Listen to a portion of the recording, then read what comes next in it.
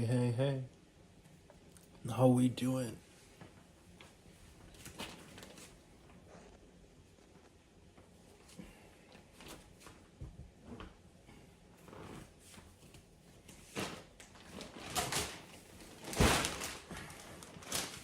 We chilling today?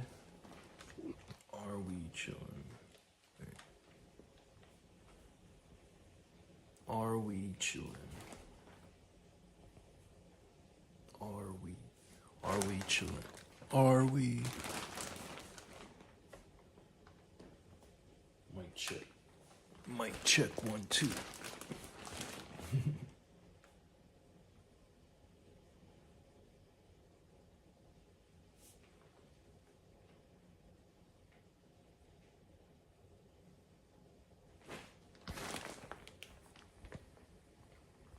So it's finally Saturday.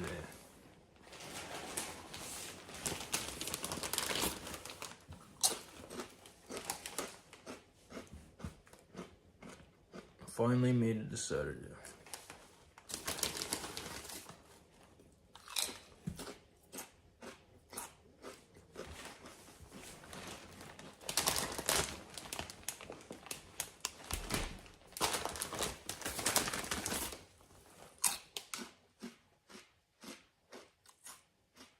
Well,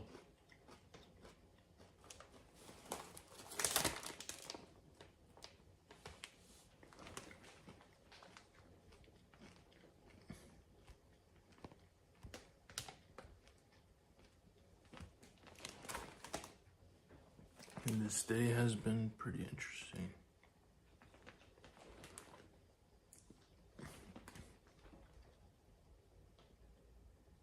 I missed out on a chance to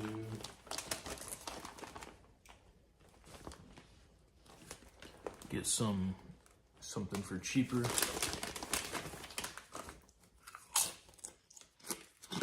But oh well. Not the end of the world.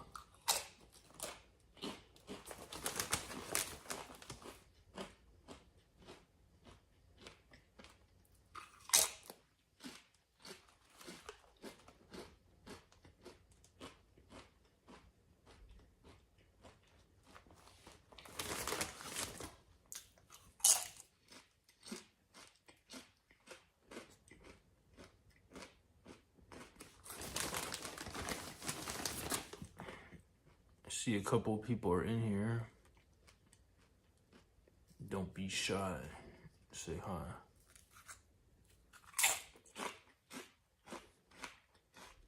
As long as you're not spamming.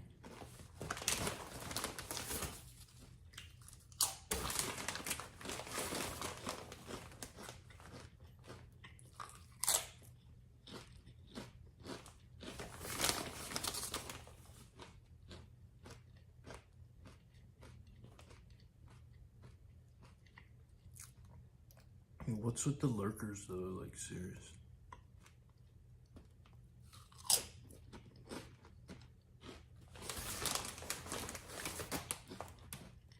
Why do people lurk?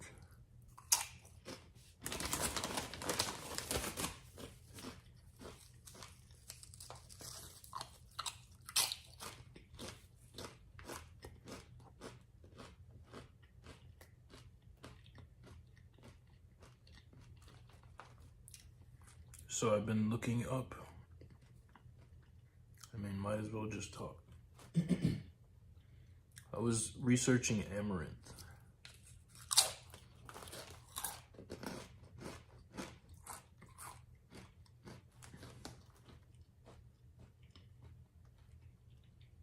And if you don't know what amaranth is a plant.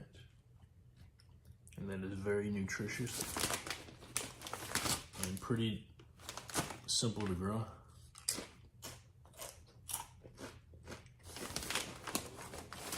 I'm thinking about growing it inside my apartment.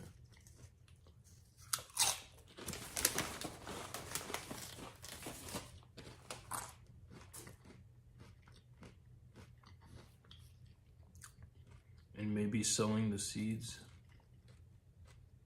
online.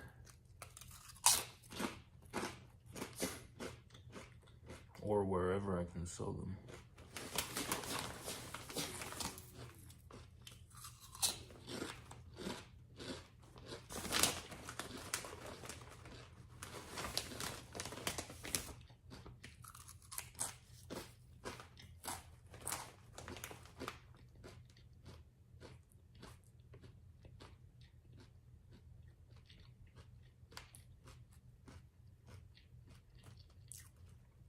It's basically a complete protein.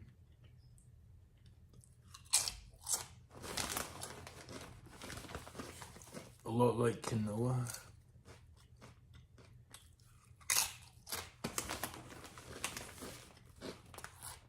Just thinking about making a business out of it.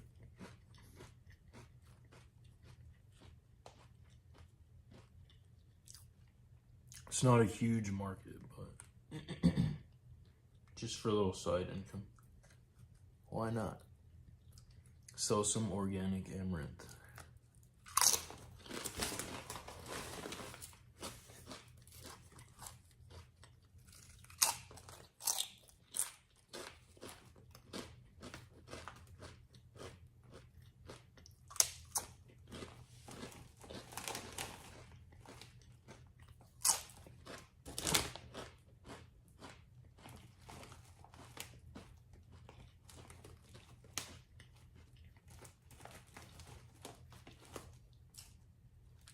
It's pretty crazy plant. It has an interesting history.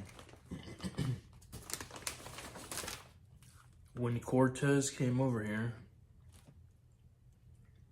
and brought horses, that's an inside joke. But when Cortez came over here, that's what the Native Americans in Central America ate mainly was amaranth. And it's red amaranth, that's what it's called. And it's actually an amazing plant. But the way in which they ate it kind of turned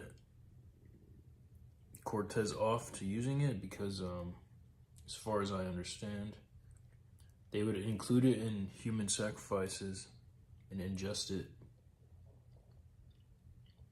And he saw it as evil, so I think he completely banned it. Didn't want to have anything to do with it, even though it was like, it wasn't till it was recently discovered. I don't know, they did studies on it. I don't know if it was 100 years ago or 50 years ago, something around, but a botanist or a scientist discovered it and recently or rediscovered it and was like, hey, you know,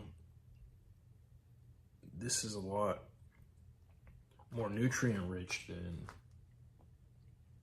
say, grain, corn, you know? It's like, what? Why don't we start using this? So they have just recently, I mean, somewhat recently, introduced it back into the modern day market, selling it as a organic food, but it hasn't quite caught on the same way as grain and corn, you know? But what do you expect from something that was just recently introduced, like, you know, 100 to less than 100 years ago? When we've been eating corn and grains for thousands of years in the Western world, or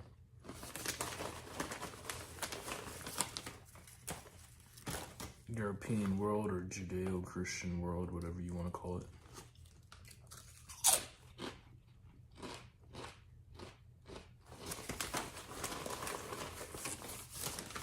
But I'm pretty fascinated by it, so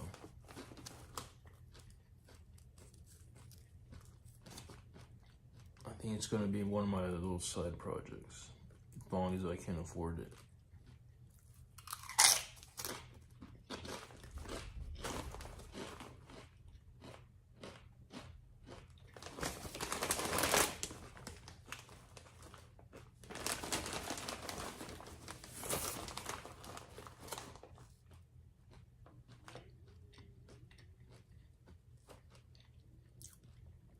I guess you can say I'm somewhat of an experimental entrepreneur. I've sold many things online. Books, programs,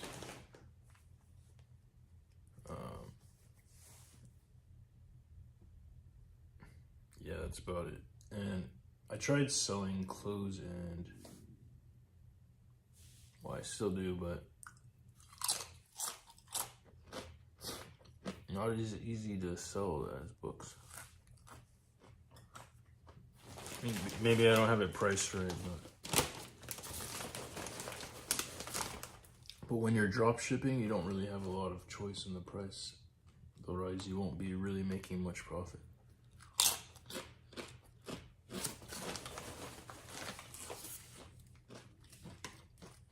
So, I might just cut that off once the domain expires. But I like Amaranth. That's for one, it teaches me how to grow things, which I think is a valuable skill. I can eat it myself. It's healthy.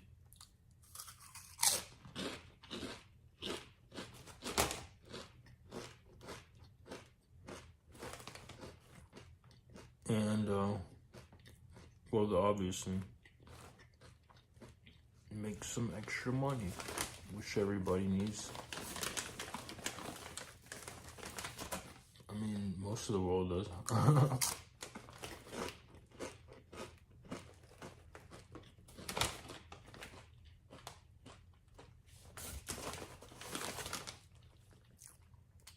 Yesterday, I was talking on a stream with somebody about polyculture.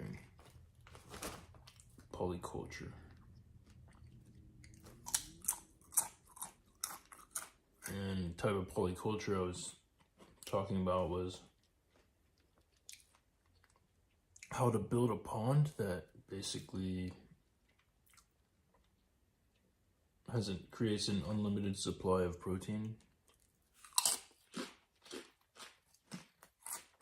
through the introduction of ducks and fish.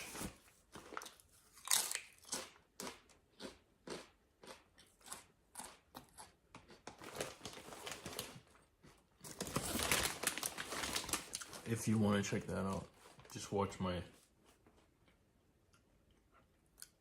last stream where I was cooking chicken.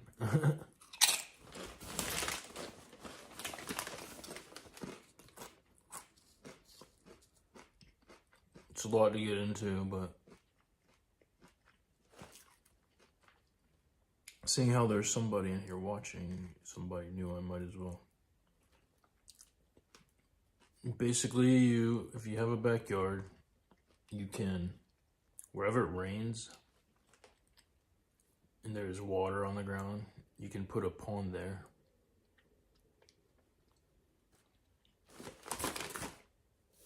You can use like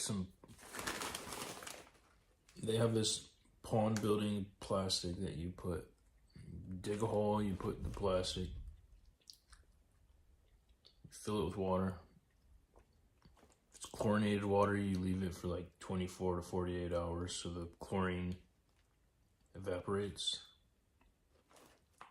Or you can just let it rain, and when it rains, you use rainwater. In that case,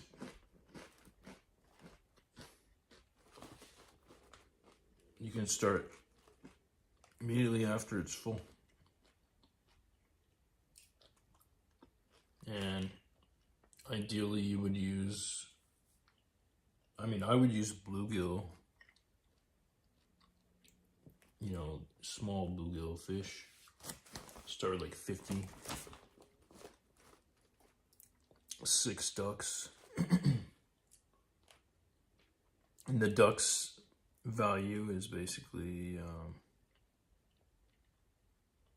They live off, if it's outside, they're living off the insects and small fish. So, and the ducks will be walking around and, you know, using the restroom in the pond. So that will introduce other organisms and nutrients into the water that the fish can survive off of. And hey, somebody else is in here. Welcome. I'm just talking about polyculture.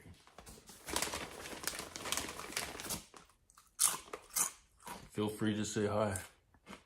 Don't be shy. I am paying attention to the text.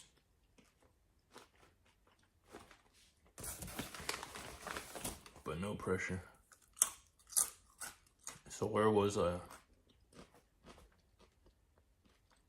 You have the ducks, you have the fish.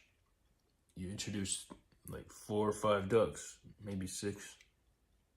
50 fish, small fish, fishlings, whatever you want to call them, bluegill.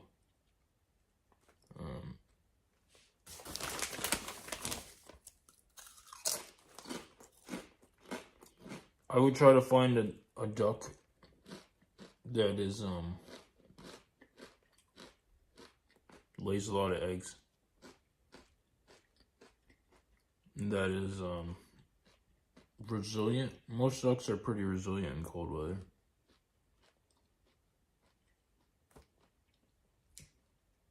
But I wouldn't do this where it's like ice cold all year round.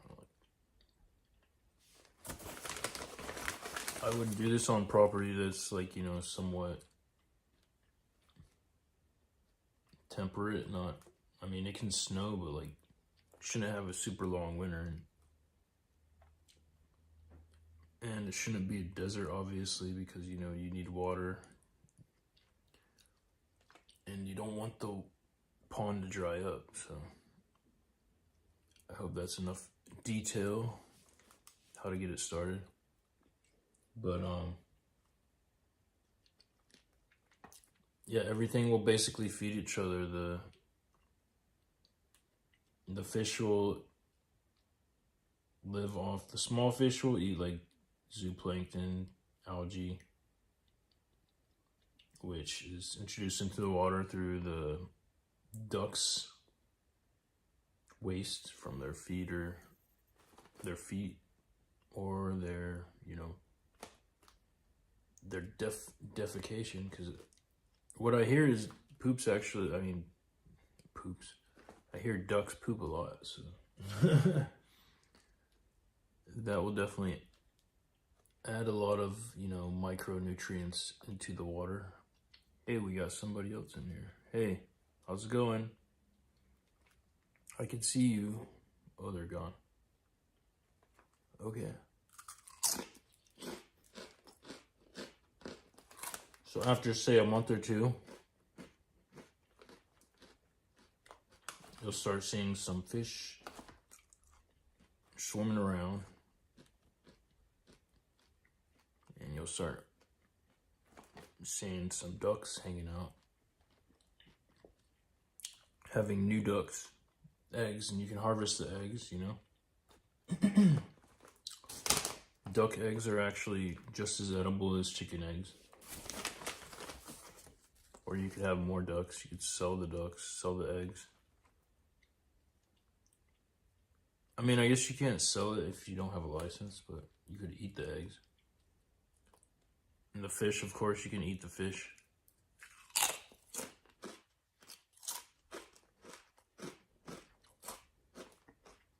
And, well, you might even have, depending where you are, you might even have snakes. You can eat the snakes.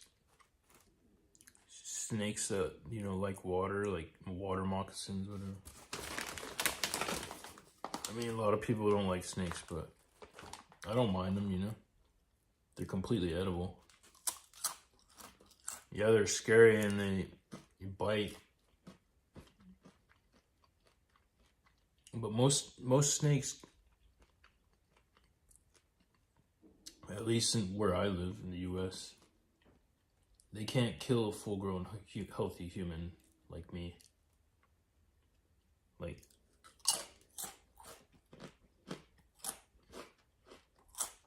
rattlesnake is probably one of the most poisonous snakes, and there's rarely anybody that dies. Usually if they do die from a bite, it's usually elderly people or, you know, small children, God forbid. But a full-grown human is very rare for, you know, someone in their prime that is healthy to die from a rattlesnake bite.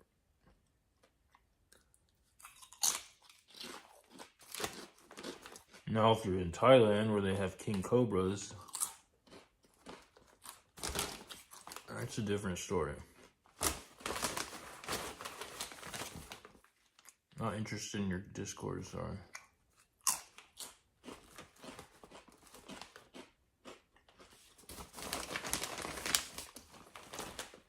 It's funny where I had my last fight in Thailand.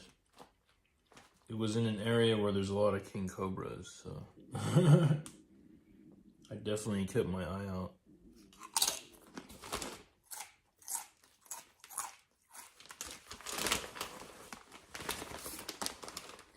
Yeah, if you're ever in Thailand, be very wary of the rural areas where there's like outside the city. I mean, they still have king cobras in the city, but it's not as common as, say, like the countryside.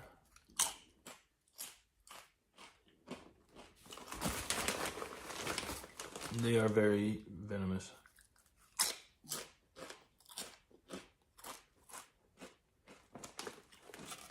But yeah, well, I got some stuff to do and it doesn't seem like anyone's very chatty this time of day on Saturday. So I'll see y'all later. Have a good one.